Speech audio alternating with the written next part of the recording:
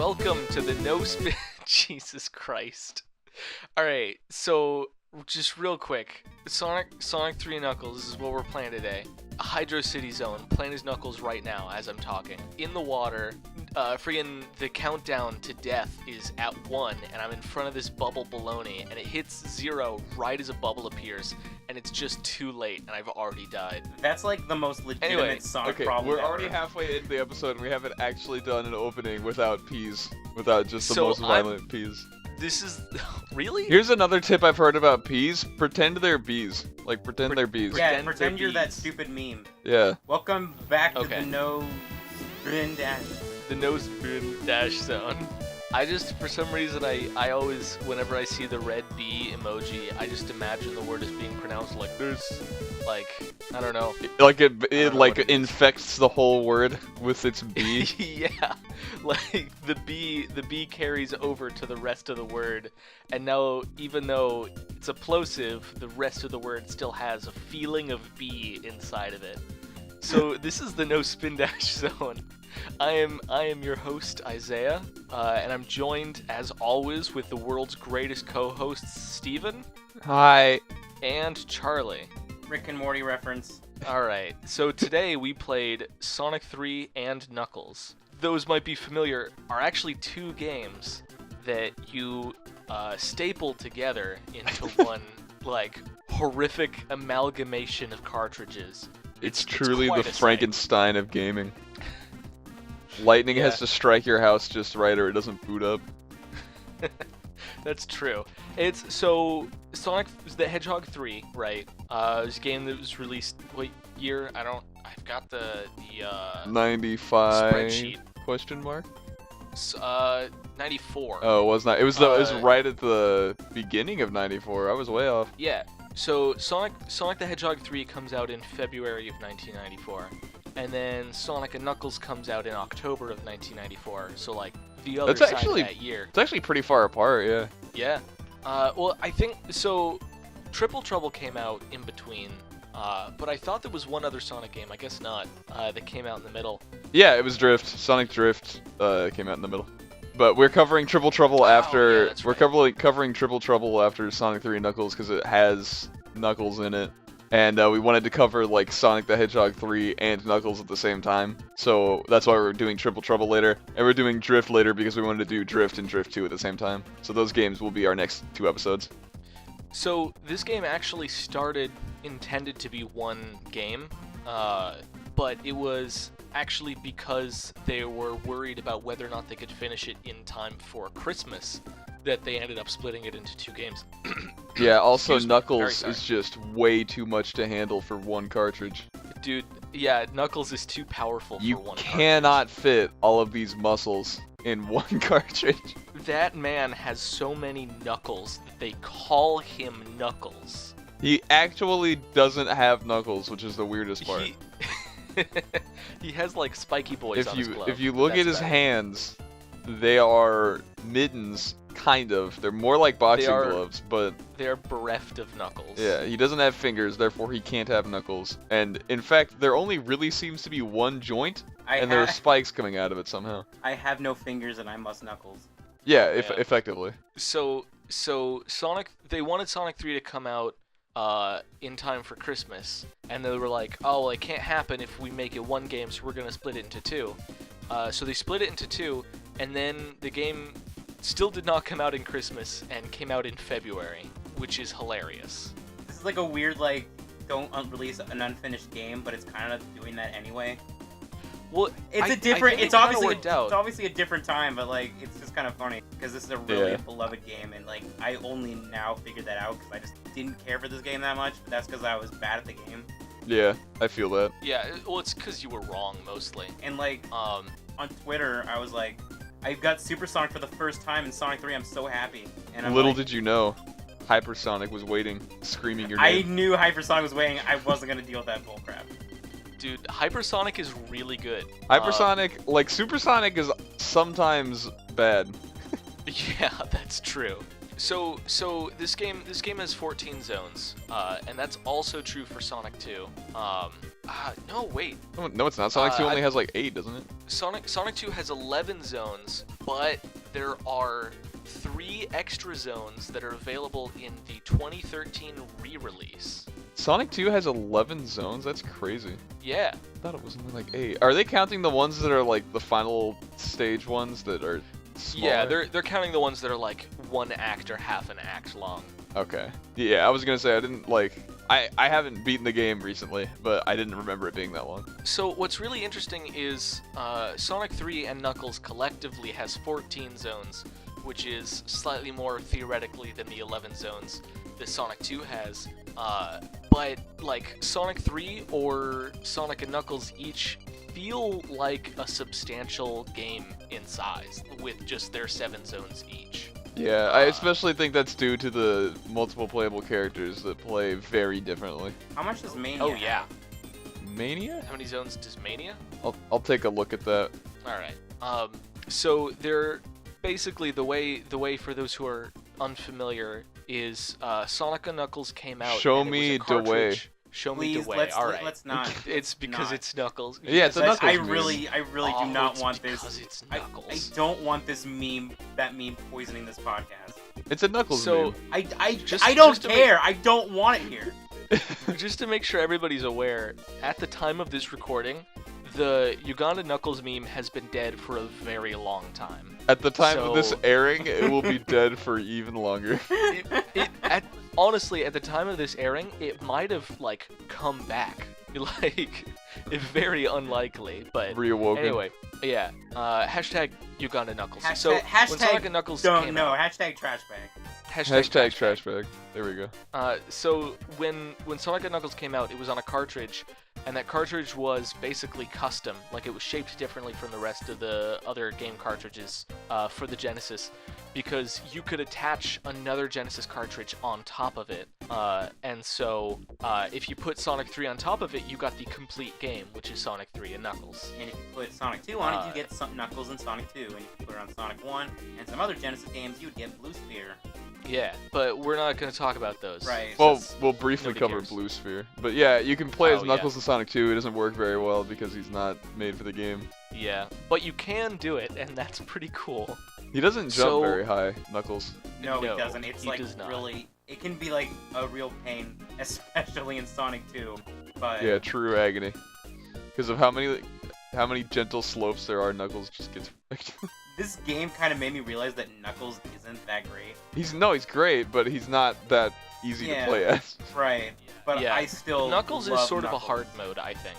Well, because he doesn't jump as high, but also he has access to slightly different level sections. It's than- also a lot easier to find emeralds with Knuckles, I think. No, I honestly, yeah. I was thinking about that, and I feel like the incentive behind using the climb makes you like with Sonic, you want to get as high as possible because it's really hard for him to get that high. But like with Knuckles, you can get that high, but Dude, like same. you're not like considering as much because I feel like you find emeralds more naturally as Sonic. But with Knuckles, I feel like you try too hard. I feel like I know where emeralds are as Sonic all the time, but because they're in these little holes in the wall that I can't jump to, Right. I just can't get And them, and I I can kept never- thinking if I were Knuckles. I can never find a hole. Like I once watched Isaiah play it, I think, and like Yeah. I could not find like any rings in Sand. You mean big rings? Yeah, big rings in Sandopolis or Flying Battery, and it made me really upset. I'm in like Death Egg and I haven't found any, so it's like, or I didn't find. I just had a horrible time finding them, and it makes me. I definitely think as the stages continue, it gets progressively harder to find special stages. Well, it's also, Um, they aren't in places that you're encouraged to go, because I feel like in previous Sonic games, you're meant to, if you're good, you're meant to be on the top of the stage, but that's not where the rings are. So for Yeah. the first time in, like, the series, you're encouraged to fail, kind of. Well, I also think I don't think top is I don't think the top is the best place in this game Yeah, compared to other games. but that's weird, because it's still the hardest place to get to, but when you get there, you aren't rewarded for it. The very first special Yeah. stage in Sonic 3 is like at the lowest section. The first two are. Yeah. Okay. I can't remember the second one. Maybe I didn't get to it, but yeah. Well, the fire is still Act 1, right? When the stage lights on Yeah, fire. there is that is fire Yeah, in yeah. the first act. Yeah, so you in Act 1, you start and you run to the right, and then you fall down, and if you go to the left through the wall, there's a ring. And then as soon as the stage lights on fire, I don't know if there's a ring between this and that, I don't think there is, I don't remember getting one. But once the stage lights on fire, if you go to the right and then fall down and go to the left again, there's another ring. I don't know if I ever got So here's what's really interesting, is I'm looking at the map data for the game, as I do for every game apparently, and the area of Angel Island where everything is on fire is stored in Act 2, which does actually make sense. If you go into that special stage ring at the beginning of the fire area, when you exit, instead of playing Act 1 music, it will play Act 2 music. Oh yeah, also, Is there a mid-boss though? There's the dude that shoots fire you can hit, and the damage you take, the damage he takes will be stored when you actually fight him. You can't kill him because you don't have time. But Right. whenever I believe whenever a boss appears before the time to actually fight them, whatever hits you deal them carry over into their boss fight, so you don't have to hit them as many yeah, times. that's really cool. This game has a good habit of just foreshadowing a whole lot of it. Like, you see the flying battery in Sonic 3, but you never get it till Sonic and Knuckles. Yeah. Oh, that There's was a another thing lot I wanted to mention. There's a bunch of different stages where in the background you can see the Death Egg, or maybe it's just Eggman's face, but like even in Lava Reef in the background there's like a Death Egg type Eggman face like coming out of the ceiling in the background. I thought that was super cool. Yeah. Well, they have a tiny Death Egg. The first time you see it is in Launch Base Zone, which is the final act of Sonic 3, right? So there's Launch Base Zone Act 1, you see it in the background, and in Launch Base Zone Act 2, you don't see it in the background because now you're close enough to it that you're like there, and you actually get up to it during what in Sonic 3 is the final boss, and you're able to stop it from actually completely launching. And then in Sonic and Knuckles, you go to Lava Reef Zone and you see it off in the distance, and there are a few versions where you keep seeing it get closer and closer, and then you watch it launch, and in the next zone, or in the next image area of that same zone, it's in the air. So it's very cool that there's this feeling of like, well, here's this thing that I need to worry about, and it's at different stages as I'm at different stages. No pun intended, but screw it, I'm leaning into it. Yeah. So, like, two things about what you said. What I found weird, I was just playing Lava Reef Zone, and like you like see in the distance, but then like Knuckles pushes a bolt in your face, you fall, and then suddenly you're closer. Because first of all, you're going down, and that really confused me. But like another cool thing is that in like the little intro scene to Sonic and Knuckles, you see the Death Egg crash into the volcano that is Lava Reef Zone. Yeah. Like that's the true. freaking intros for these. This game has cutscenes, but also just like the cool little 3D model animations that are in each screen. It's like a step up from what was in Sonic 2. This game is why people love classic Sonic. I thought it was Sonic 2, but I played this game and I'm like, wow, Sonic 2 really isn't that great in comparison. Yeah, I think this game, in terms of flavor, just nails everything that it's trying to do. Oh yeah. Well, because let's talk about the narrative, not just the cutscenes, but there's also a lot of like the game tries to make pretty much every transition between stages like feel graceful, like or at least justified, at the very least. Yeah, at least justified. Like, the end of Marble Garden Zone, for example, Tails is carrying Sonic, and you're flying and you're in the sky, and once you beat the boss, the sun sets and it becomes nighttime, and then you land and you're in Carnival Night Zone. So, and like, Tails carries you into Carnival Night Zone when the stage starts. So instead of, like, the stage just starting up and Sonic is standing there like in every other game, there's sort of this feeling of this transition. That I think is very cool. And I feel like I appreciate it a lot more than I did the first 600 times I played this game. Yeah. I have played this game a lot, you guys. See, I always preferred that stuff over the gameplay itself, and playing through this time, what I kind of came to understand was how much I kind of don't like the level design in this game, especially playing as Sonic. Really? Because I like this level design a lot. We'll we'll talk about that. Well, I do want to briefly get into it because I've got a pretty hot yeah. take that I want you to have to sit on for the whole episode. I think that the level design in this game to me feels about as bad as the level design in CD, except that there's no fun places to run really fast and change time. All right, I will have to stew on that. But first, I want to talk about continuing with the narrative. Yeah. This game has cutscenes, but almost all of those cutscenes are cutscenes where you can still interact in some way, even if that just means like walk around and wait for the cutscene to end. It has Half-Life 2 cutscenes, basically. I don't think that that's the best way to put it, sure. No, but it is the way Half-Life 2 operates, for better or for worse. Yeah, but Half-Life 2 isn't a 2D platformer with Knuckles in it. No, you're right. So it's a much worse game. So it does have a silent protagonist though, which is sort of Sonic in this game. Sonic is not silent. He just doesn't have voice acting. He talks like in canon. Have you read the comics? You know the answer to that question. Dude, the Sonic comics, especially the Sonic and Knuckles together comics, the best. So and then just the Knuckles comics. Oh boy. When we stream, we should just stream us reading the comics at one point. Just not even allowed, just quietly to ourselves. Just silently to ourselves.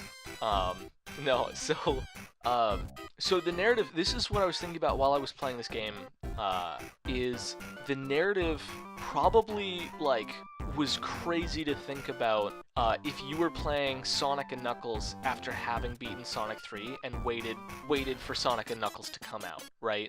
Yeah. So because in Sonic 3, what happens is there's this dude named Knuckles who, like, all the time interrupts whatever you're doing to make life harder for you, right? And that's his entire routine throughout all of Sonic 3.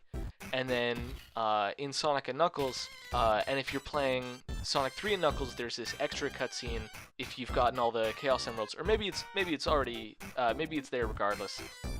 Where at the end of, or at the very beginning of Mushroom Hill Zone, Sonic stops and looks down, and Knuckles is like exiting the secret chamber and closes it up.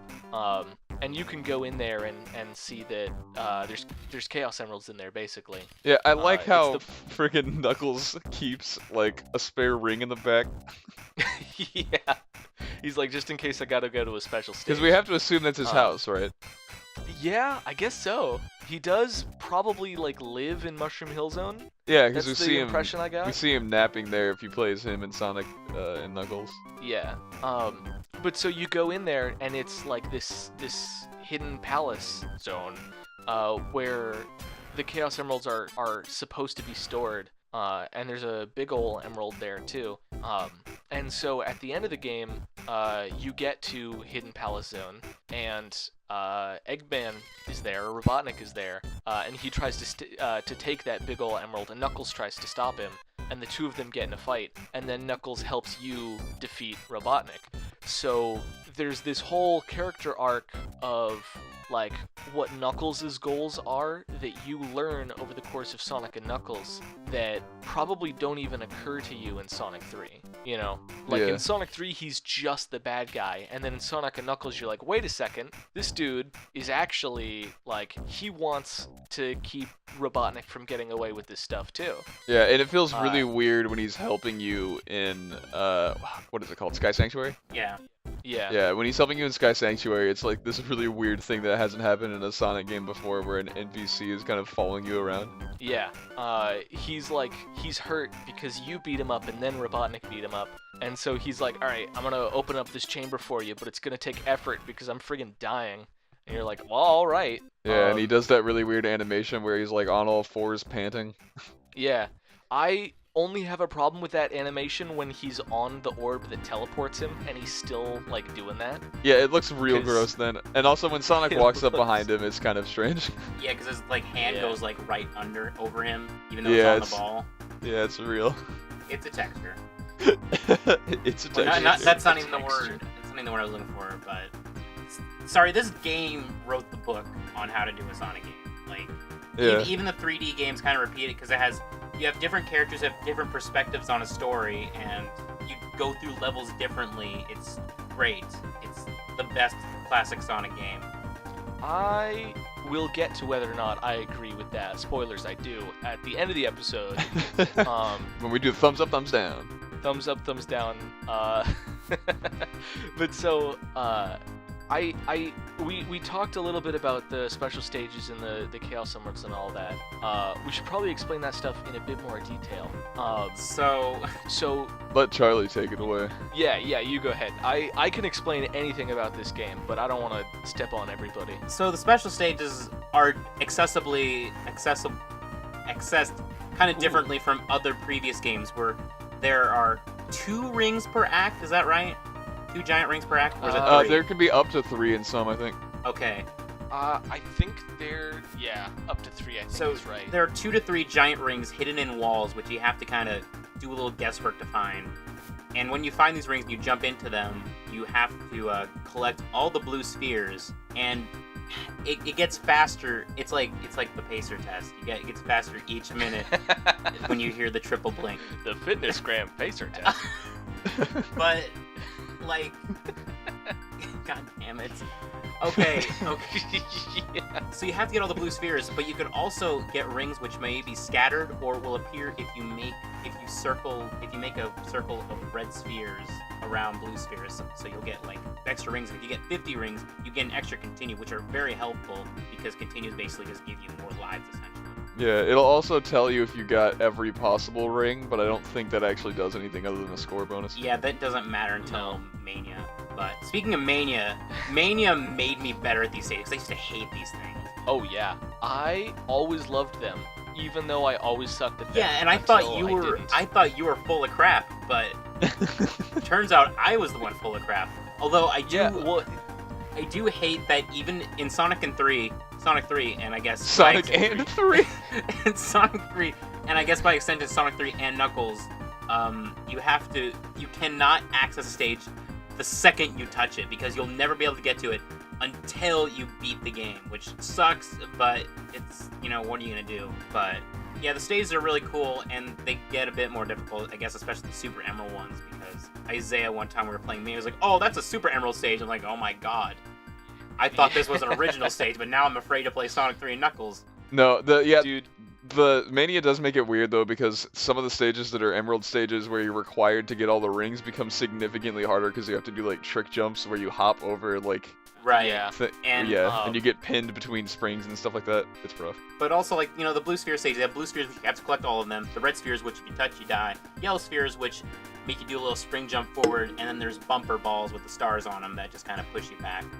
Yeah, when I was a youngster, I used to think of them as being, like, Sonic, Knuckles, and Tails spheres. Like, the Sonic ones are good, the Knuckles ones are the, like, antagonist, and the yellow ones make you go high like Tails. Yeah, I actually thought of them the exact same way.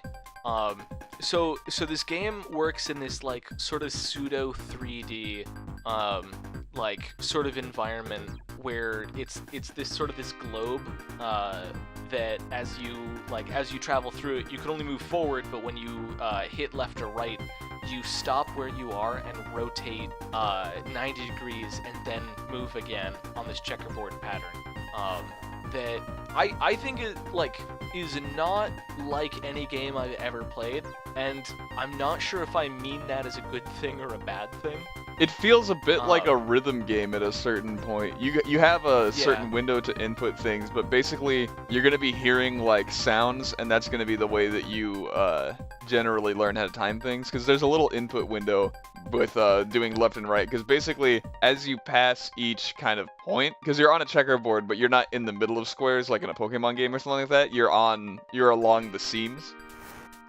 So you kind of learn how to, like, hear yourself passing through the blue spheres, and you'll hear, like, oh, this is the fourth one that I've heard, so I now need to turn left if you're in, like, there are these, like, in some stages there are lanes of springs where essentially you have to turn left and right at certain points, or you'll just hit a spring and lose. And you'll kind of, like, learn how to hear that out, and then figure out how big the window for pressing, like, left or right is before it'll actually come out. Because essentially you can't turn unless you hit a corner. So, like, if you're in the middle of two different spaces and you tap left, it'll just store it until the next turn. And you also kind of learn the rhythm of how, even though you might think that, oh, like, jumping moves you over the next ball and lands you on the one after that, you actually have a certain window to either jump over one ball and land in between the next two, or jump all the way over two whole spheres. Yeah, so which is a very difficult skill to learn. Yeah. Easier when it gets because you essentially have to jump outside of the rhythm. Yeah, it's really weird. I was actually gonna make a joke about how this stage uses Mode 7, the famous. Yeah, the famous Sega hardware. The famous Sega hardware piece of technology. I couldn't work it in, so sorry. So anyway, the other thing is, as the stage continues, the tempo speeds up, like you move faster, and also the music speeds up as well. And I think the fact that they both speed up at the same time makes things a lot easier. Because it makes it easier to feel out how fast you need to worry about pressing inputs, even if it's not really like a one-to-one thing. I'm sure it's not. It actually, I think it is pretty close to. I don't know. It feels right. Yeah. I don't know. I feel like it probably the Genesis, everything was something akin to MIDI back then, so it wouldn't be too hard to synchronize like your movement to the timing of the song, or synchronize the timing of the song to your movement. Yeah. I wouldn't see a reason why they wouldn't do that. It just kind of helps drive the like sound design aspect home. Yeah. But Charlie, you said that you didn't used to like these stages, but you liked them more. Was that after Mania coming back to these ones felt easier and you felt safer? Yeah. Well, see, in Mania, that was me too. they're like the Sonic, they're like the bonus stages in this game. Right? You get like 50 rings and you get to go to them. So I got to practice them a lot more and get used to them. Whereas like in Sonic 3 Knuckles, I was lucky to find a ring, and whenever I failed one, I just couldn't get back. I just got really angry, and that's what caused me to hate this game in the first place. Because even though like the Sonic 2 special stages have a very difficult curve, I can get to them easily. Yeah.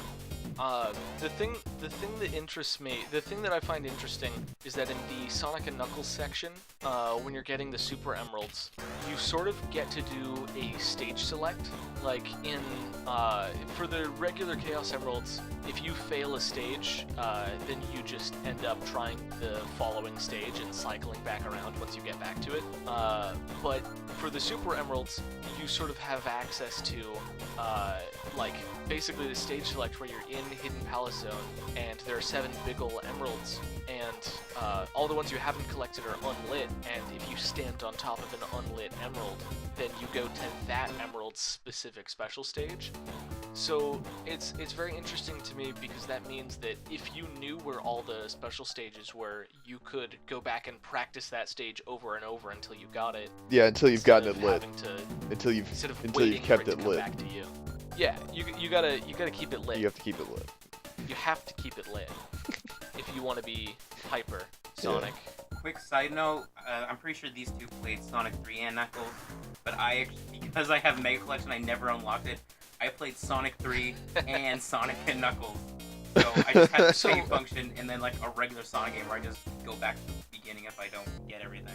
So did you have access to the stage select thing, or is that exclusive to the combo game? It's in Sonic 3, but not Sonic and Knuckles. It's in Sonic 3? The stage select or like the save file thing? Oh no, I'm talking about for the special stages. When like oh, I never actually tried it. I don't even think I got to do that when I was in Palace Zone, but I never really tried it. Yeah, I think if you just play Sonic and Knuckles, it functions the same way as Sonic 3, where you just go through the special stages and you can get Super Sonic and Super Knuckles, I'd imagine. I think it's really interesting because the Sonic and Knuckles stages are a lot harder, but you can try the same one over and over again. Assuming you can find a big ring, which they're harder to find. They are not always very easy to find. I was always able to find one in Mushroom Hill, but never any other stage in Knuckles. Yeah, they're really easy to find in Mushroom Hill Zone, especially Action. I found one weirdly in Flying Battery Zone, and I don't remember where. I think I once found one in Standopolis, but I didn't find one until Lava Re Action. I somehow got 7. I've never even like beaten Sonic 3 and Knuckles like as a whole, and I somehow found 7 of each. Yeah, I had to retry. Oh, wow. I had to go through Sonic 3 one more time to get the next one. Yeah, I had to go through Sonic and Knuckles one more time to get the last 2 emeralds. Yeah, I got them all. So I think I had a Hyper Knuckles by It wasn't Sandopolis, but I think it was whatever's after that. Lava Reef. That's Lava Reef. Yeah, I think I did get it in Lava Reef. I think I got Hyper in Lava Reef. So that is actually the last, to my knowledge, that's the last area where you can get Chaos Emeralds. Oh, really? Yeah, because after that is Hidden Palace Zone. Well, I figured you might be able to get some in Death Egg Zone. Because Knuckles doesn't get to Death Egg, he ends at Sky Sanctuary. Oh, yeah. I mean, there aren't any in Sky Sanctuary, that's for sure. Yeah, because that's just like a series of boss fights with Mecha Sonic, right? Yeah, but it's got some platforming in it. Yeah, but it has a lot of platforming in it, but... Not if you're Hyper Sonic. That's true. Yeah, if you're a Hypersonic, you can just skip all the platforming. That's what I did, pretty much. Oh, there's like... It's pretty good. There's like a, I guess, mechanic. I thought these were words around that probably make Isaiah, as a game designer, go crazy. But this game introduces 3 new barriers. Fire, bubble, and electric. Oh my god. And they add so much. The water shield gives you a bounce attack. The fire shield gives you kind of this homing attack, but just a dash forward. And the thunder shield lets you get a second jump. And they also have like side effects, like fire shield makes you immune to fire, water shield makes you immune to water, and the electric shield doesn't really do it. It does a few deflections, but I found out that the fire shield does that as well to certain projectprojectiles. But yeah, I think they all deflect some projectiles. Yeah. They attract rings, and that's kind of why the lightning shield has appeared more. Like the fire shield, like only ever appeared in Sonic. I mean, Shadow the Hedgehog is kind of Sonic Generation. Yeah, and in Shadow the Hedgehog, it's really not the same thing. It's kind of just like it's just like an offensive barrier. So it's interesting because the like jump effects of each shield are unique to Sonic because Tails still flies and Knuckles still glides. But Sonic gets the extra jump or the bounce or the like dash. Fire dash, yeah. Fire dash, yeah. And I love these shields so much. Like I love that they have a bunch of different effects. And I love that even just having them basically makes you immune to specific types of attacks, like regardless of what shield it is. I also think it's very cool that electric shields and fire shields both like go out when you hit water. I also hate that because there's a lot of water. But if you have the electric shield, you can usually go to routes that don't have any water, so you can usually avoid the water. Yeah. Except in Hydro City Zone, where it's all water. Yeah, and there aren't a lot of non-water shields in that particular stage. There are a few electricity shields though, and it really confused me. Well, there are usually just like up higher on the stage. Yeah, but why are they there at all? Because you're forced to go into the water sometimes. I also just realized that all the shield's abilities, like Sonic eventually gets in later games, like the electric shield double jump, that's in Sonic R and Sonic Colors.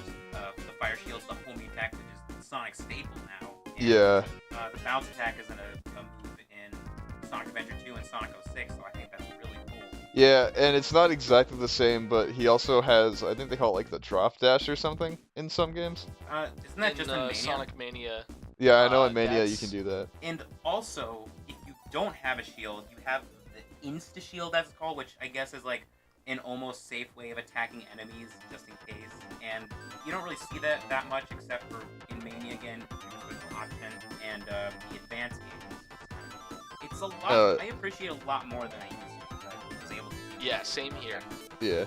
I remember when I was a kid, I would be like, well, how can I utilize this effectively? It's so tiny and it appears for such a small amount of time. And now I'm replaying the game and I'm like, oh no, it's huge. And it lasts for like a few frames, which is, I mean, that's still a small amount of time, but it feels like less of a small amount of time. Yeah, it's pretty reasonable. And I used it a lot more. Because one of the things that it can do is it increases, like if you are landing on an enemy from above, it actually increases the amount of height that you gain when you hit them and move upward. And so a lot of the ways that I used it was basically as that, to get extra height off an enemy. Yeah, it's pretty neat. When I was a kid, I used to just think it was like, oh, this is what you get when you don't have a shield, because you can't use a shield. Like, it was just like a, basically like a, yeah, it was like a really cool, like, wah sound. Yeah, it makes a little slashing sound. Yeah. But I think it's time we start getting into the stages of the game. So, Steven, tell me about the backgrounds. I think we were going to talk about something else, but tell me about the backgrounds instead. Well, we're talking about the stages, but I want to talk about the backgrounds actually before I get into the stages. But so I really like all of the game's backgrounds. I think that some of this game takes place underground, and whenever you go underground in a Sonic game, it kind of like detracts from the backgrounds. But even then, in this one, it seems like they make the underground stages have a lot of opportunities for you to go above ground, and they'll sometimes even change the background. Like in Lava Reef, when you go like up and out of the cave for a little bit, there are sections where you see kind of different backgrounds, I think. Yeah, so I'm playing actually not Lava Reef Zone, but Ice Cap Zone right now. And Yeah, Ice Cap Zone does it too. There's a lot of bits where you go from underground to above ground, and they actually both have completely different parallax backgrounds. Like, Yeah, it's really nice. There's bits where it's like, all right, here's a wall where there's no parallax, and this is here so that we can load the parallax. And here it is, and it looks beautiful. Yeah, there's also like in stages like, is it just called Angel Island Zone? The first level? Yeah, Angel Island Yeah. Zone. Yeah. It's so weird to me because that's the whole game. Yeah, the location the game takes place in is Angel Island. Yeah. But yeah, in Angel Island Zone, when it gets set on fire, the background changes obviously, and you see like these neat little effects. But also like the water in the background, I think, is orange for sunset and the fire. Yeah. And so there's a few places in the game that do this, but Angel Island Zone is a very easy way to see it. When everything is on fire, the whole like world just sort of has this dithering effect to make it feel hotter. Yeah. There's this distortion applied to the whole screen that makes everything sort of vibrate with heat. That's very cool to look at. In Sandopolis, I noticed also that like you see heat waves, but yeah. I think it's actually just the entire stage is animated that way, because Sonic and Tails as well, and I'm sure Knuckles, you don't see them with the heat effect. I think the whole stage is animated to shift back and forth. Oh, okay. So you're saying it's all like, it's not like a programming effect, it's like art is made to create this effect? Yeah, I don't know. I mean, I could be wrong, but it looks like the assets actually move that way, because if it was just a visual effect, like a filter or something like that, then it would, I would think the enemies and your character models would do that too, but it seems like it's just the background and the foreground. Yeah. Well, so what's interesting is, like, shaders, as we understand them now, as a programmer, didn't really exist on the Sega Genesis. At least, not in the same form. You could still do stuff like that. And in fact, the guy who made Sonic 3D Blast right now has a YouTube channel where he explains how he created a lot of very cool visual effects on the Genesis hardware. But I don't know that it would be something that you could isolate to not the entire screen, but just like specific elements of it. So I don't know. Yeah, I think the guys who made the assets for that level just like animated everything to shift back and forth, which is kind of fun to think about. It also, it's neat. I think that effect stops when you get inside of like the temple or whatever you're in, where the ghosts are in Act 2. I think the heat stops, which implies that it's cooler in there. Yeah. Well, so what's interesting is there's a water effect in Sonic CD, and that has to be like a shader because it does apply to the whole environment that everything is in the water. There's this distortion where like basically this line wave that changes the like horizontal space in which the image is drawn. Yeah. And I want to compare this distortion to that in the way, like, it feels like it's the same level of technicality. I'm going back and replaying Angel Island so that I can get to that section so that I can see closely to see if it feels more like art. But it's a very cool visual effect either way, and it appears several times throughout the game. It's also in Lava Reef Zone, Act 1, and I think it appears again in Act 2, but Act 2 takes place when the lava has cooled down and it becomes rock. Yeah, it's really, I love those kind of differences. Yeah, this game, the stages, it feels like it's worth it to have an Act 2, as opposed to earlier Sonic games where the Act 2 kind of just served as like, and here's the boss. Yeah. Or even sometimes like Act 3. Right, so. And so Act 1 also has mid-bosses, which is interesting, and each act has different music, although especially in Sonic 3, there are like differences that don't matter as much. But I don't know if we want to talk about music right now, or if you want to jump into that later. It's pretty organic to mention it right now. All right.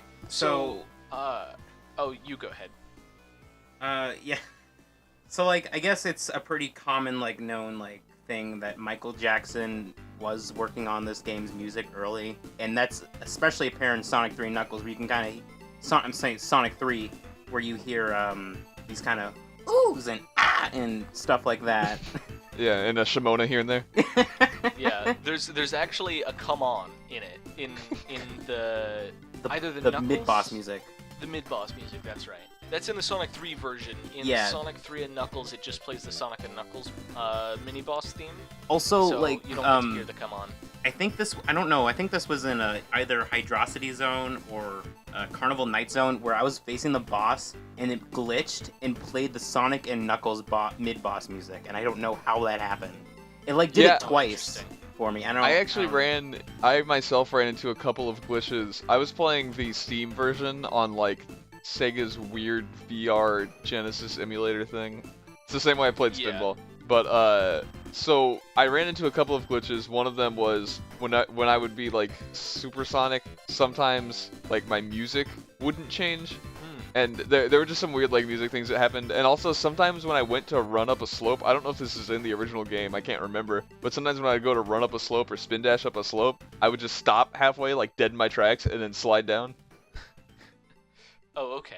It felt like there was some really weird collision stuff in my version of the game that I didn't remember in the original. I got a question for you guys. Yeah. Oh, yeah. So, can you, like, list your top 3 songs from these games? These I was thinking about this the entire time I was playing. Awesome. Awesome. I'm ready to hear it. All right. I want to hear Steven's first. Okay, so I don't have it yet. I think my favorite throughout the entire game is, and I'm not separating based on acts because I couldn't focus that much on it, but I think my favorite is Marble Garden Zone. And I'm not sure how much of that is just me, like, because I would always get to that stage when I was younger. Yeah, and it's one of my favorites. I would never, I don't think I usually got past it, but I spent the most time with that stage, and I thought it was a really cool looking stage. I like the oranges in the, like, foreground, and I like the really neat sky in the background, and it feels like you get to see that stage's background a lot because of the falling sections. But I also really, really like the music in that stage. And then I think my second favorite is probably Ice Cap Zone. I think that's a lot of people's favorite. Is Ice Cap Zone? I don't get that. Like, it's a common, like, favorite, but I really don't like Ice Cap Zone. Well, Ice Cap Zone's music is the poppiest, I think, out of all of the songs in the game. Yeah. Like, I think that's part of what it is. That's fair. That's where the Shimona comes in. Yeah. It's not. I'm making that up, by the way. I don't know if anyone has. But you hear Michael Jackson isms in that track. Yeah, you do, but there's no Shimona. Well, there's also, like, there's a steady bass drum. Like, there's a lot that makes it feel like, especially 90s pop music, you can very clearly hear the Michael Jackson influence. Yeah, and, like, if you go, I don't know, I'm sure there are some people who play Sonic and don't listen to Michael Jackson's music, but, like, I like Michael Jackson music, and if you listen to, like, almost any of his songs, you can hear, like, where some of the Sega Genesis sound design just comes from in, like, the synth tracks in a Michael song. Yeah. Like, I was listening to, specifically Black or White was, one that I was listening to, and there were a couple of, like, instrumental segments where I just heard, like, Sega Genesis. Yeah. I was like, like, wait wow. a second. Did he copy them? No, they copied him. Well, no, I knew they copied him from the get-go. I was never disillusioned to think that, like... So, right, what's your number 3 favorite? I think it's gotta be the final boss music. I guess it's Death Egg Zone. Doomsday Zone is the final boss. Doomsday Zone, that's right. It's not part of Death Egg. I didn't think it was. I actually had that stuck in my head before, when I think... Oh, yeah, that's right. Yeah, it's like the ones like... That one.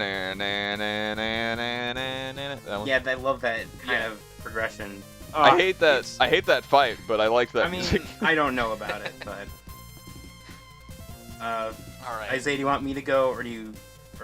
I think I have my list. The tricky thing is I keep being like, oh, I don't like these songs. Wait a second. Yes, I do. it's tricky. I think my number 1 is Flying Battery Zone. It has a James Bond feel to it, which I kind of like. I have never seen a James Bond film. But it's got like, So it doesn't feel kind of secret agenty. Maybe I've seen too many Bond films. I obviously I haven't seen enough Bond films, so I can't really comment on that. But so I like. Well, you've seen Die Hard, right? Yeah, Die That's just Hard American is, James Bond. Yeah. No, Jason Bourne is American James Bond. Jason Bourne is literally like it's even a JB. Oh dang it! Oh my god.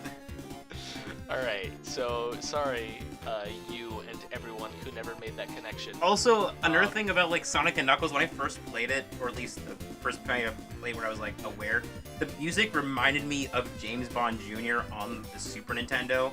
Really weird comparison. That was a game I had, but I'm gonna let Isaiah continue with his list, so you don't have to think about that. Alright, so it's Flying Battery Zone. And then after that, I think it's Sky Sanctuary Zone. But here's what's interesting about Sky Sanctuary Zone as I was playing through the game, is the melody is the instrument that gets cut out whenever you hear sound effects. Oh. So, which sucks because the melody's the best part about the song. So the song just sounds really lame while you're playing the game naturally.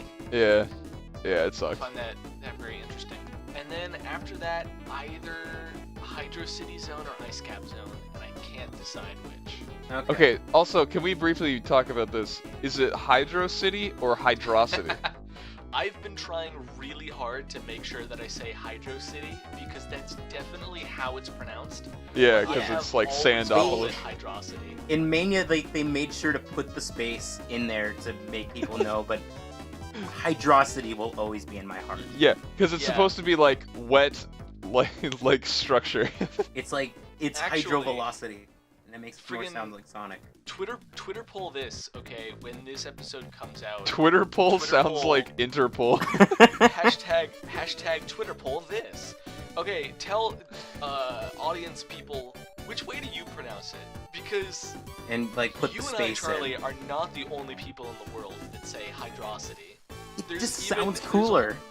There's a bit in the greatest film ever made, Megamind, where the main character Megamind pronounces like Metro City. He pronounces Metro City as Metrocity. It's so. Oh my god. Is a good recurring bit. I forget that you're really into that movie for no explicable reason. I will someday write a video essay about that film, but until then, I can't explain what I like about it, because I need to explain it in a perfect, flawless way. Yeah. Also, you need to explain it on a podcast that isn't about Sonic the Hedgehog. I'm aware that both of them are blue, but that doesn't count. Okay. that's actually why it's my favorite, because he's blue. No, but so I saw the film and I was like, that's what I do with Hydrocity, even though I know it's called Hydro City. So that's when I knew it was the greatest film. Wow, the villains are really relatable. Yeah, exactly. Yeah, that's the only relatable part of that villain. Oh my Alright, now God. Charlie, go on. Alright. Yeah. So, I'm gonna cheat because Steven already did probably my number 2. Yeah. Which is Marble Garden Zone. Probably Act 1, Act 2 is also pretty good, because that's one of the ones that makes a difference, but... Can I guess your number 1? Okay. Is it Mushroom Hill Zone? It is. I love it. I was going to... I have memories of playing that when I was really young, when I borrowed Mega Collection from a friend. I like the mushrooms dancing in the background. It fits with the music. Act 1 is... I'm probably just going to list a bunch of songs I like, honestly, because I'm cheating my entire list. I really like Sand... Well, I kind of like Sandopolis Act 2. I really got used to Launch-Based Zone Act 2, which it's one of those... It's one of the stages where the music doesn't sound that different from the first one, but I realized that the percussion is really nice in Act 2. Mm-hmm. Yeah. But there's this weird thing a lot of stages do where the second act will just remove instruments from the first act, and they'll be like, it's a different song. I think Carnival Night Zone is the worst offended. Well, that's supposed to be... Yeah, I think that's supposed to be thematic because it's like you turned off the lights. So. Right. Yeah. Well, that only happens midway though. I guess. Yeah. Also, but I like the here's Carnival Night when it's full of energy, and now here's Carnival Night when there's a lot less energy. Yeah, like after Show the you park's that by turning closed. the lights out. Yeah. So there's something I want to talk about with Carnival Night Zone's music. The very first time I heard it, or at least when I heard it without like the game in context, you know how like it sounds, there's like this silence after like this one noise? Yeah. It's, to me, it sounds like someone broke a vase and they're like scared for a second, and then the music just goes back up. It's like, oh, nothing here. And like, so this was in high school. I was at a football game listening to like a Sonic playlist, and this girl next to me was like, "Can I listen to what you're listening to?" And it was that song. And I listened to that. I'm like, oh my god, I am so embarrassed. Yeah. It was one of like the most awkward moments of my high school. Dude, I'm just at the point where almost everything I listen to is video game music, and I'm just not embarrassed by it because I don't care anymore. But like there's video game music, and then there's Carnival Night Zone. It's just such a weird. It's definitely like carnival music, but like it's just. Yeah, it's like weird. First of all, crunchy because it's Sega Genesis. Yeah. But it's like weird, slightly creepy carnival music, which is all right, carnival definitely. music, to be fair. I remember a moment when in middle school, Isaiah was putting up the Beautiful Joe hand symbol that he does before he henshins into Beautiful Joe. And then literally some random girl walked up and was like, "That's a really cool hand sign." And Isaiah oh my God. turned I into... was just like, she could never know. Yeah, I'm in a gang. Oh my god.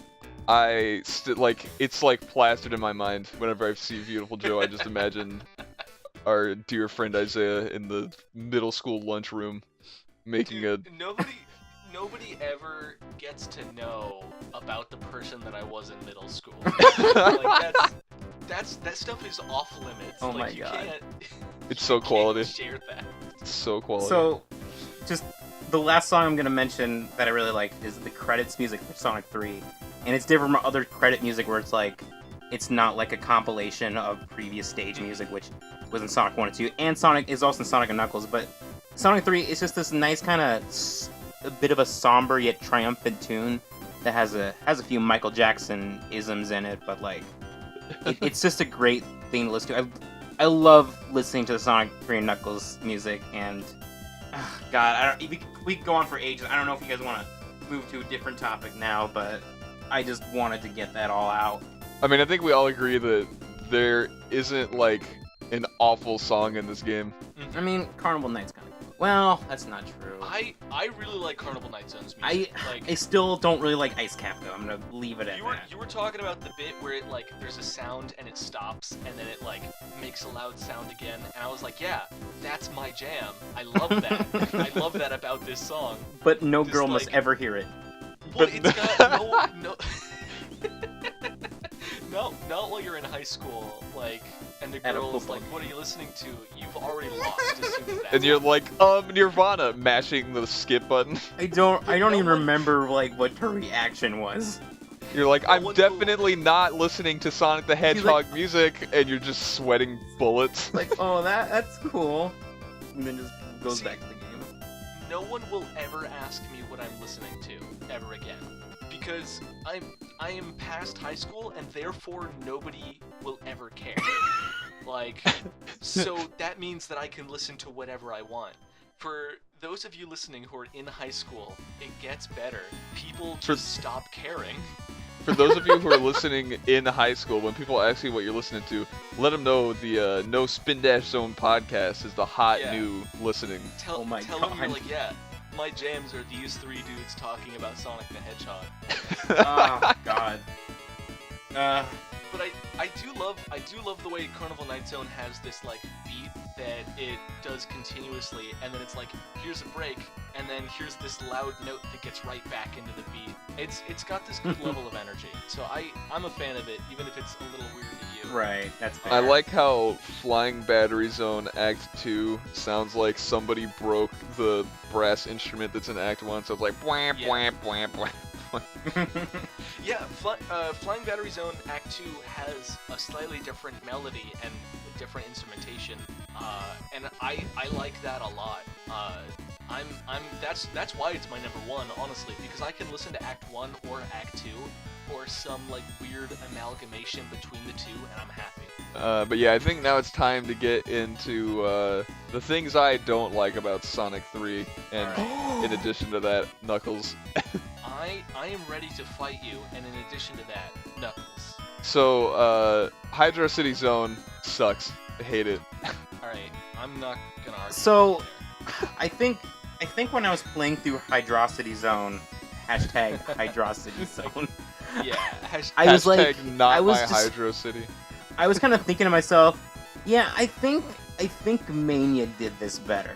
Like, it's not one of my favorite stages for sure, but I'm actually really surprised, Steven, that you, the person who complained that Sonic 2 didn't have enough, like, running fast in it, did not like the stage where you can run literally the fastest for the longest In what, time. Hydrocity? I mean, yeah, you can, but there's no background to look at. That's fair. That's fair. Yeah, I don't really remember. Doesn't it kind of like a kind of a temple-ish look? Yeah, I mean, I think that at some points there's parallax, but a lot of the time you're just behind a wall. Yeah. In general. Yeah. Whenever you're underwater, you're behind a wall. I also really hated Carnival Night and parts of Marble Garden, and Oh my god. No one likes Marble. a massive amount of Lava Reef sucks. Sandopolis has pushing blocks back for Marble Zone, baby. I was like waiting for you to talk about that too when I saw those. Flying Battery has all kinds of waiting for shit to fall down and like pop up, and ugh, man, So- this game is full of like the shit that you hate in Sonic 2. Here's what I think is that like Marble Zone from Sonic 1 is terrible. So they like took that apart and made Sandopolis and Lava Reef Zone. Sandopolis is a lot better, but Right, Pushing a Rock they is are never better fun. because they split in half. Dude, the pushing the rock is absolutely the worst part. Like, What about like it's just this, pushing like, the timer? No, okay, I do have some things to say about that. Because Sandopolis 2 is like, the theme of our level is not just Ghost and Sand, but also like timers. Like, you have three different types of timers in that game, aside from the 10-minute timer after which you just die.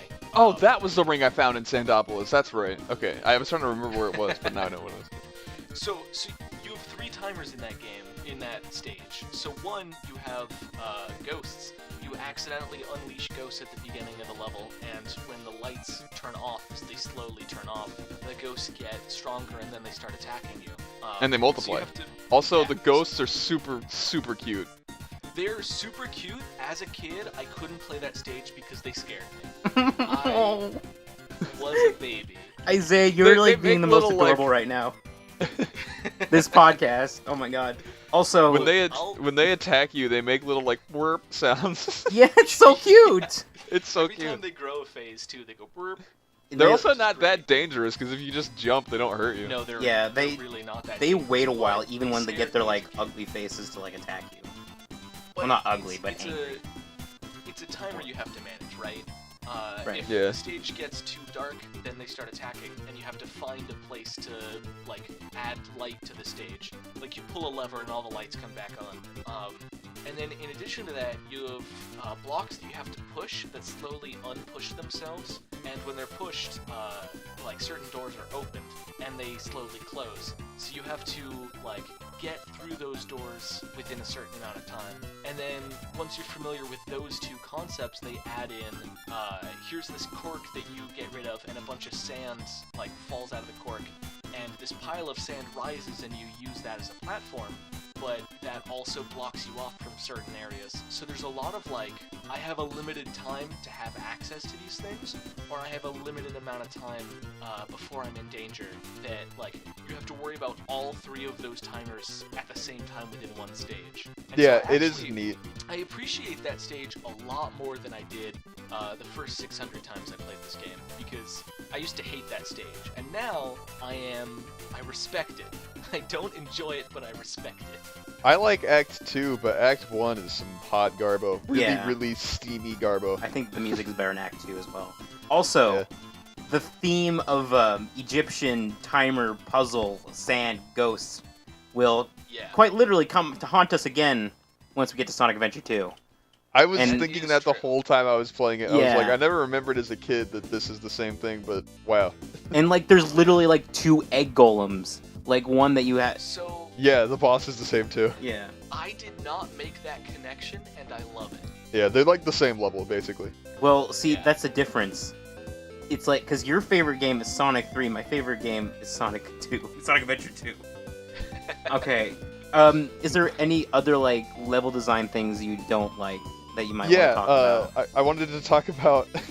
So, any stage where it's got side-scrolling, or I guess, like, vertical scrolling in this game happens a lot, is, like, a no-no for me, except for Hydro City Zone Act 2. I'm fine with that one, because that one teaches you how to use spin dashes really well. And it's also, what are you like, that talking one... okay, so the wall at the beginning of Act 2 of Hydro... Oh, yeah. Yeah, it pushes That you... actually- Oh my god, That wall actually kept me from playing the rest of the game when I was a kid. For Yeah. you, it was Marble Garden Zone that you got stuck on. For me, it was that wall. And that sucked because it was the beginning of Hydro City Act 2. And I was like, well, like, sometimes I could get through it, and then it'd be like, great, the rest of the stage is manageable. But I always just got so stressed out playing that specific section.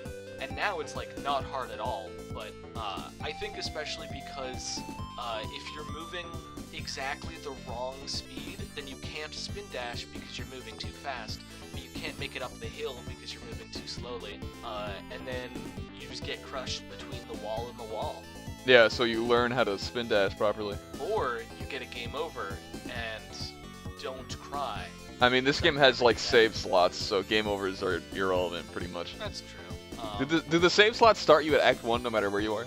Yeah, I they think start so, you at yeah. that one. which Okay. really made me mad because I got like stuck on Carnival Night and then Ice Cap a lot. Yeah, I think well, this was the got first to time I Oil got to Ocean. launch Base Zone. I got to Oil Ocean in Sonic 2, and then I died, so that's how I Yeah. feel about the situation. Yeah. Anyway, yeah, I don't like it in Marble Garden Zone, though, because it has, like, the floor that comes up, and you have to wait for the floor no matter how fast you are at a certain point. Marble Garden I mean, Zone is really confusing sometimes. I'm okay with those. I just think that they're not super fun for Sonic. I like the the music. sand. That's my favorite. Sorry. Yeah, no, the Marble Garden music makes up for the waiting around. And it's But better the than sand- Marble Zone.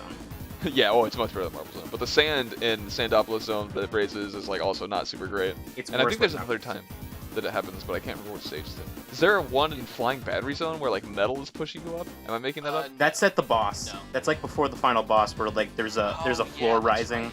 Yeah, I thought yeah. there was something like that. Yeah, there's a few bits where the gameplay is like, all right, wait, Yeah, like in Flying Battery Zone, where you have Just to chill. wait for the missiles to destroy the floor so you can advance. oh my god, yeah, Yeah. that was so pointless to me too. Like, it just didn't make sense that. Yeah, I hate that. But I also think that's kind of felt like they cool. might as well not have put it there. Like, you know, I like slow things in Sonic, so I Yeah. really appreciate those little aesthetic things. Somebody has Even to. like the crane arm and Flying Battery that lifts you up. There was a really cool spectacle that like I didn't get to play much of Death Egg Zone, but I really like you like traveling through the light. Yeah, I like- like it, but there's certain points where some of them just spin you around in circles for half an Yeah, hour. it doesn't. Yeah. I mean, it's spectacle. Like I remember seeing this in some video where it's like there's gameplay and spectacle, and I just Yeah. really appreciate the spectacle at sometimes. Yeah. See, my problem with it was that it lasted a really long time, but in particular, the problem was it shows you like item boxes that you missed because you took this route, and you took this route because you didn't know that Oh this yeah. would force you in. And there's a 3, 2, 1 countdown that takes 3 seconds, as most countdowns of that number do. During which you Thank you. can't jump out of that. Like that's not a window of time when you can be like, oh, I didn't want to do this, so I'll hop and exit so that I can take the normal route. Yeah. You're locked in. I had a So- rewind button. Well, friggin' lucky you. I had waiting for 30 seconds. So Yeah, I consider the rewind button that's in the Steam re-release to be a thoughtful effort on making these games more playable, so I don't feel so bad using it. yeah. Because I was like, you know what? If I were like playing this game for the amount of time that I was supposed to be playing it, which is for probably like a week, I would have just come back to the stage later and gotten it. So I'm gonna simulate that by not dealing with this right now. Yeah, that's real.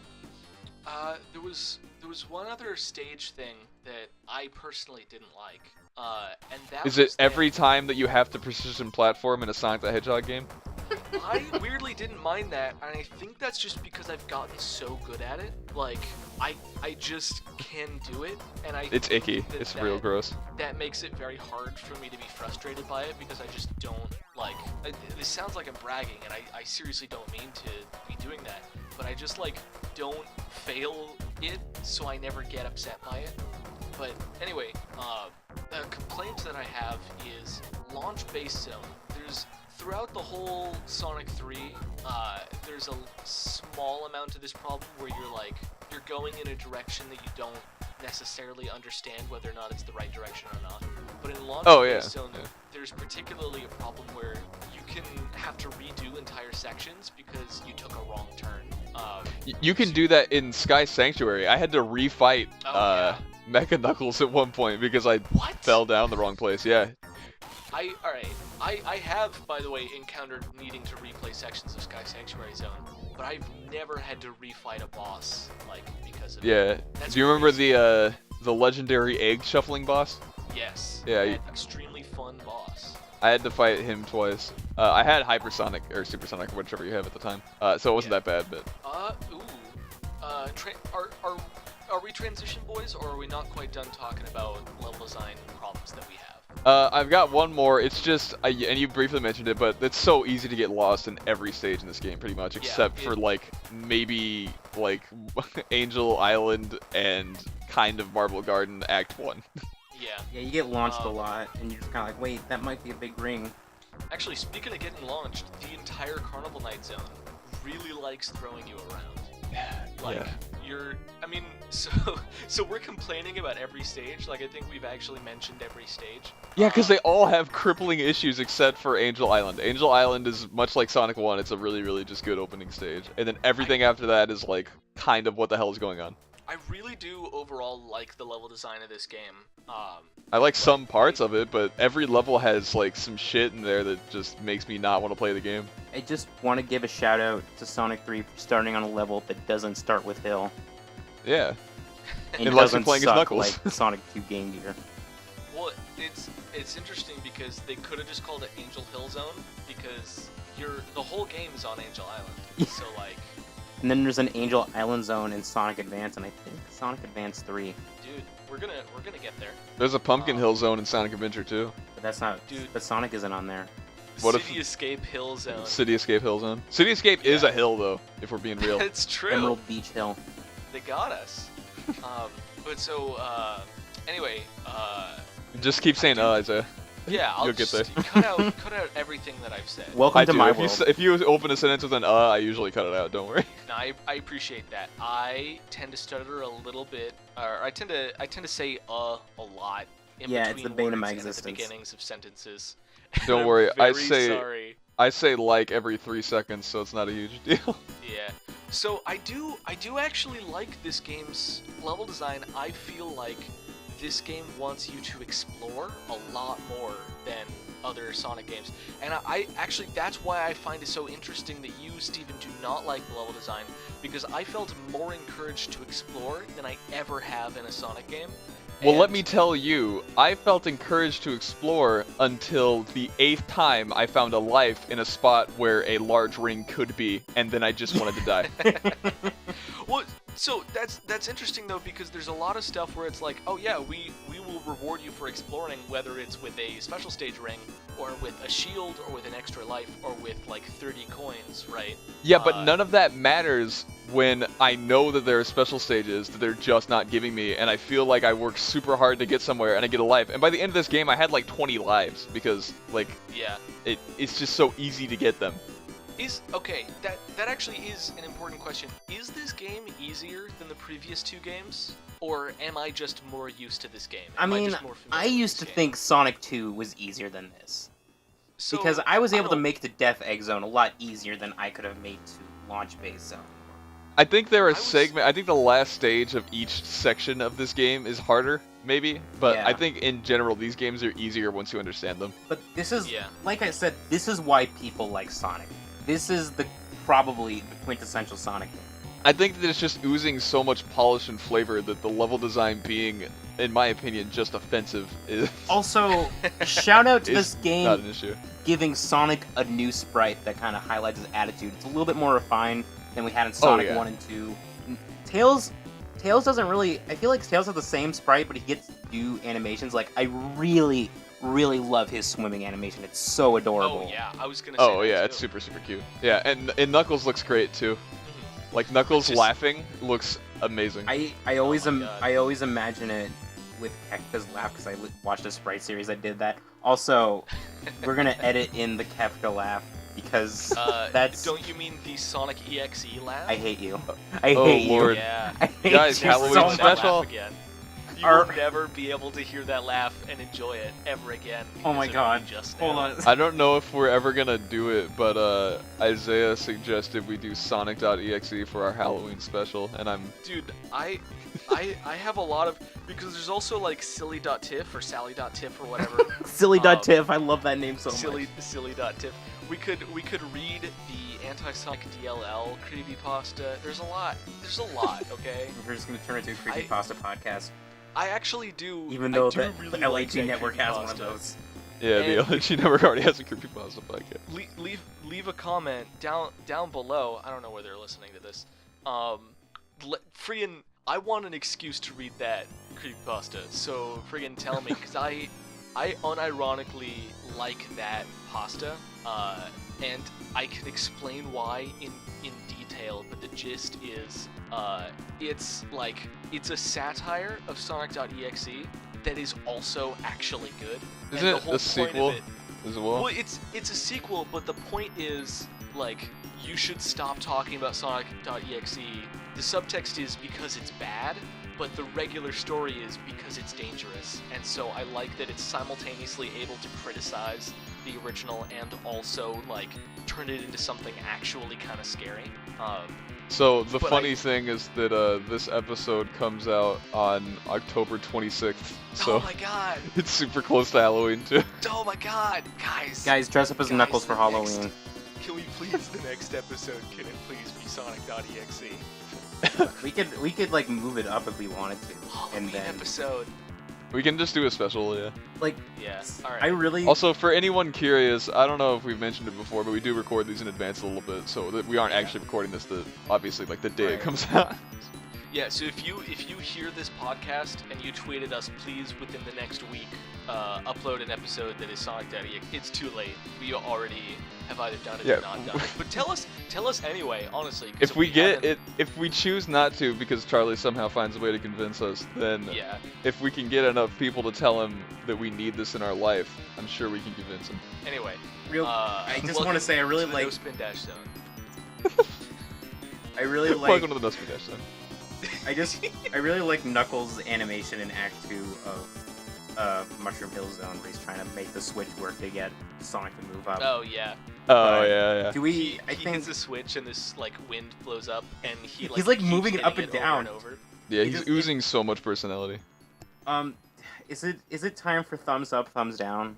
Well, I briefly wanted to say, we should talk about how Knuckles can glide, and then now he's just everyone's favorite Sonic character forever, and there's no change. Don't forget climb walls. We also gotta talk about Tails, and we gotta talk about the bosses. We already know Tails can fly. Yeah, we already know Tails can fly. But now Although he's playable. Now he's playable. You mentioned that, like, you know, in the Marble Garden boss, you have to like attack him with Tails. You have to jump off Tails. That boss is a lot. I mean, it's more tedious. It's not necessarily hard, but with Tails, because you have to attack him with your propeller. You got. It was a real tough boy. But gliding. Yeah, it's a weird fight. That's what I like when I played Sonic Advance, which basically has like the same movesets. I always liked playing as Knuckles because he's cool. First of all, I thought he was a ladies' man. He's not a ladies' man, but that's my impression of him as a kid. But like Knuckles is like if you want to have an easy time, but you don't want to have that easy of a time. That's my impression of Knuckles. I don't know. In-game. I feel like Tails is easy mode, Sonic is normal, and Knuckles is hard mode. Well, Knuckles I just is get not that as hard feeling as- because Knuckles can glide, but he can't fly. I think you can get Super Knuckles easier than Super Sonic, and that's why it's easy mode to me. Well, you can't get Super Knuckles until the second half of the game, though. Well, yeah, but Like- playing as a super character in the first half of the game just makes it harder because of how much precision platforming there is. Also, real quick, Yeah. Tails can't go super until he gets the super emeralds. Yeah, that's the same That's for also Knuckles. true with Knuckles. No, Knuckles can go super Knuckles. I thought you don't- can go super Knuckles. I'm gonna look it But up there's because su- I 'cause there's thought Super I thought Knuckles so and too, Hyper but Knuckles. I was convinced by Isaiah because he sounded so sure of himself. But now that you're agreeing I with worked me, on the Sonic Wiki. I know what I'm talking about. yeah, we Guys, have a pro Knuckles here. turns pink. It's very cool. That's all. Yeah, thank you, Isaiah. We appreciate that. Yeah, I'm very helpful. My name is Isaiah. My name is Isaiah. I'm helpful. My name is Isaiah. I'm helpful. Welcome to the No Spin Dash Zone. I'm gonna have to play the intro Also, like 4 times. like- so- Yeah. Real quick, when I was playing this game, initially I was like, I kind of miss the super peel out now. Yeah, yeah. yeah, I guess so. I kept trying to do it, even though I never tried to do it in Sonic CD. It's weird. I don't know. Also, for some reason, I don't know what game I played before Sonic 3, but for some reason I was convinced there was a run button, so I kept like jumping when I didn't mean to jump. Because every button's the jump button, by the way. Yeah, yeah. Just Sonic like games are every so Sonic simple. game. Yeah. So, how do we feel about the bosses in this game? So they're fine. what I they're not kind of amazing. like about the bosses is that they can be easy if you have a shield, especially the fire shield, because like the jets do damage, but not if you have a fire shield. Like Yeah. the mid boss for Mushroom Hill Zone is really easy if you have a fire shield. Well, also, I feel like Super Sonic and the others are so much more attainable in this game that, Yeah. like, if you're just careful with your rings and you get to the boss, it's also a joke. Right. So, at the end of Death Egg Zone Act 1, the only boss I ever had a problem with, I feel like my biggest problem with these bosses is that most of them are too easy. But at Death Egg Zone Act 1, you have this 2-phase fight with, I don't know, Hal? Yeah, it's like a supercomputer. Yeah, and I died like 10 times against it. And I got a game over from like earlier when I was facing. Yeah, like I had 25 lives and I was down to 15, and I was like, this is ridiculous. Like, I've died like 2 times leading up to this boss. Yeah. And for most of it, I was like, how do you even fight this boss without taking all of the damage? Like, and eventually I figured it out, and the answer is you have to be the best at video games, which obviously now I am. I feel like a lot of We've the achieved it. bosses are really creative. Like the Jet Mobile for Mushroom Hill Zone, it's a little runner level. that you have Yeah, to hit at that the right boss time. is cool looking, but, like, the boss itself I don't think is, like, that great. But you can also like you have to put it when you find it. It's just the satellite dish like broadcasting, and then you can get some Yeah. extra hits on it before he goes away. And Yeah. the flying battery mid boss, it's a capsule, and its name is Gapsule, and you have to make it hit himself. I do not like that boss because it's just stand on top of it and then calmly walk off when it's about to hit Right. itself. But I Yeah. like the subversion. I like the concept. Yeah, I like understand I if said, you don't like, like because there's like a lot of it's- capsules and like you get some rings out of it or some enemies will drop out. It's Yeah, that whole stage tries to play with your relationship with capsules. and then the Guardian which is for cool. Sandopolis is like you have to make him jump in the sand. Although it's a lot of waiting. I understand. You have to Well, hit you him into can- it. You're sort of supposed to knock him into the sand. Like, you're Right. supposed to get behind him and then knock him in. But you basically have to but- like go on the edge and wait for him to slowly jump towards you. Yeah, you can just, like... His only method of attack is jumping towards you, so you can just stand in the sand, and then he'll fall in and die. Yeah, you can do Super Knuckles. There's Super Knuckles and Hyper Knuckles. I actually think the Okay. mid bosses Thought are so. kind of weak in the Sonic 3 department. Yeah. Well, also, okay, so I think that these bosses that look really cool kind of are like an extension of the rest of the game, where the game looks really cool, but some of the shit is just not great. Like, Yeah. there's a lot of things in here that are not well designed. Like the I remember I got a lot. I actually because I beat Sonic 3 that I was able to like experience the launch phase zone bosses for the first time. The first one's kind of easy, it's a tower, and the second one's like this other tower, but you have to keep hitting him. But he has this little like electro ball hovering around him that you have to you have to hit him enough, but not so much that you'll get hit by that and lose your rings. And you want to have those rings because then you have the final boss, Big Arm, which like the build up for that is so intense because like you get Oh, a yeah. bright blue sky, then it turns blue, and then that foreboding music. Like when I watched Isaiah face the final boss or the semi-final boss in Sonic and Knuckles, I like heard Yeah. it come in, and I'm like, it just didn't feel like. But like I've always seen this in videos, but when that thing comes in and the sky turns dark, it's just intense, and you have to like hit him at just the right spot because you're either gonna get hit by the spikes or he's gonna grab you. And yeah, you have to be very precise about hitting that dude. It's such an iconic boss. I think it looks. I mean, I never got the Death Egg robot, so maybe I'm a little biased about the big arm because that's the classic boss in the 3DS version of Generations, which I think is a better boss anyway because the big arm because the Egg Robo boss in Sonic Generations is blech. Sorry, that's the game for a different time. But I really like Big Arm. I just wanted to gush about it a little. Are we gonna have to play both versions of that game when we get there? We might have to do separate episodes for it, honestly. Jeez. Sorry, both versions of what game? Of Sonic Generations. Sonic Generations on 3DS is like Sonic Rush. A different. Yeah, it's like a different game. Generations on console is like Unleashed or Colors. Yeah, we also have to do that with stuff like Colors is kind of different too. Oh yeah. Okay. Sorry, you were looking up something, and did you want to talk about it? I'm sorry, I kind of forgot. I was just looking up stuff about Super Knuckles because I'm kind of confused about whether or not you can get him in Sonic and Knuckles, but I think you can. I think you just can't do either of the hyper forms in Sonic and Knuckles. Right. But okay. Yeah, I think we're pretty good. So yeah. Thumbs up, thumbs down. I don't think we need to say it because I think it's all thumbs up. It's all thumbs up for sure. We're all thumbs up. I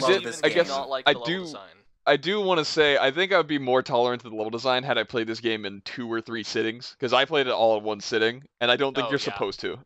Like I think this game has a save function for a reason. Yeah. Yeah, like this game. That's why it's really hard to play Sonic and Knuckles by sitting, itself.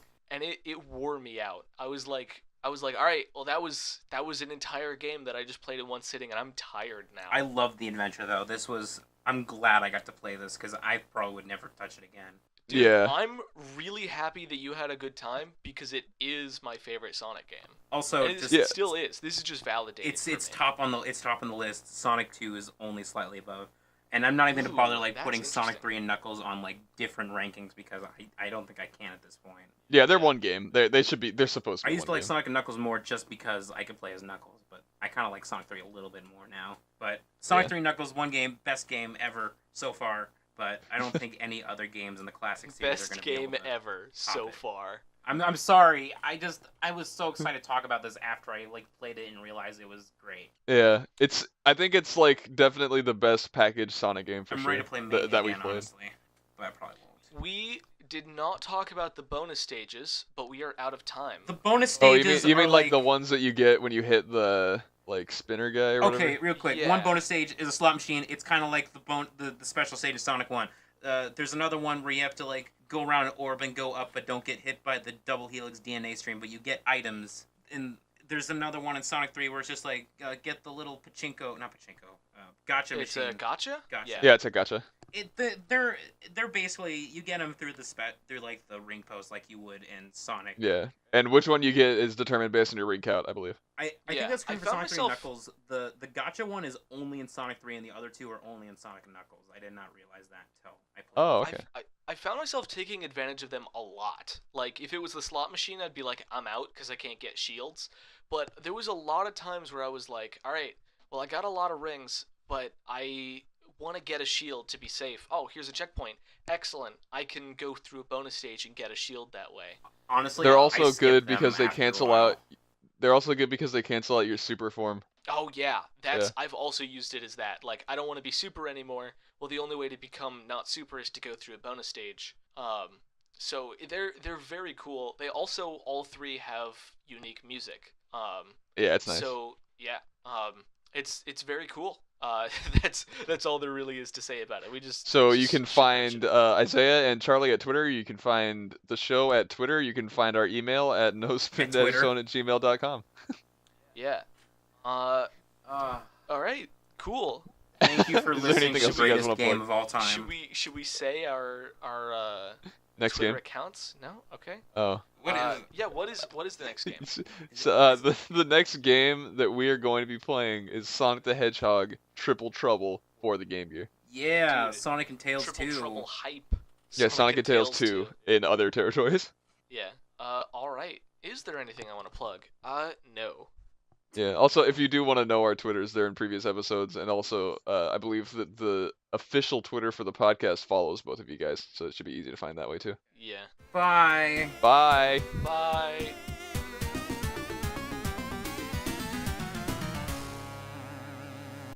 We'd like to thank the LAG Network for making our episodes available on platforms like iTunes, Google Play, SoundCloud, Stitcher, and lots more. If you're listening on YouTube and you'd like to keep up with our episodes on one of these audio platforms, just search for the LAG Radio Network and follow their feed.